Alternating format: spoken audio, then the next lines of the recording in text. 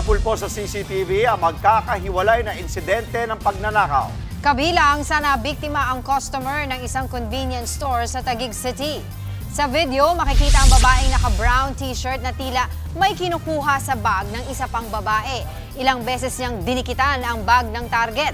Makalipas sa ilang sandali ay tuluyan na itong sumibat. Nakuha na pala ng kawatan ng cellphone ng biktima. Naisumbong na sa mga pulis ang pagnanakaw. Sa Tarlac City naman, nasapul sa CCTV ang isang lalaking tila nagmamanman sa mga stall sa kabilang bahagi ng kalsada. Ilang sandali pa, binuksan ng lalaki ang isa sa mga tolda. Tinangay niya ang freezer sa loob ng stall. Tinutugis na ang nasabing kawatan. Mga kapatid, Andre Felix po, manatiling may alam pagdating sa mga mahalagang balita sa loob at labas ng bansa. Mag-follow at mag-subscribe na po sa social media pages ng News 5.